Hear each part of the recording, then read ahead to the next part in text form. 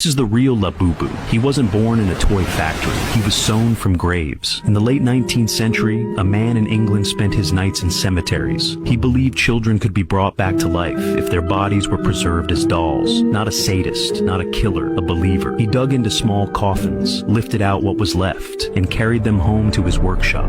There, he cleaned the bones, stuffed the bodies with straw, wrapped them in patched fabric, smiles stitched shut to hold the soul inside. He dressed them in ribbons and coats, seated them in chairs, spoke to them as if they were his daughters returned. When police broke in, they found rows of figures, some with hair braided into seams, some with fingernails hidden under cloth, everyone heavier than it should have been. The dolls were taken, the records sealed, and the name erased from history. Decades later, the same design returned, not as evidence, as merchandise. Every Labubu grin is a copy, not a creation.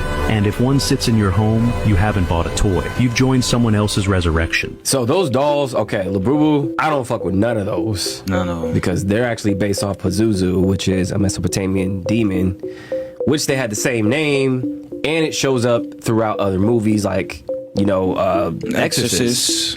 That was the same demon that they had in The Exorcist. Now, what else does this sound like? A lot of people, you always gotta look to the movies. What other doll sounds possessed and everything else? Chucky. Chucky.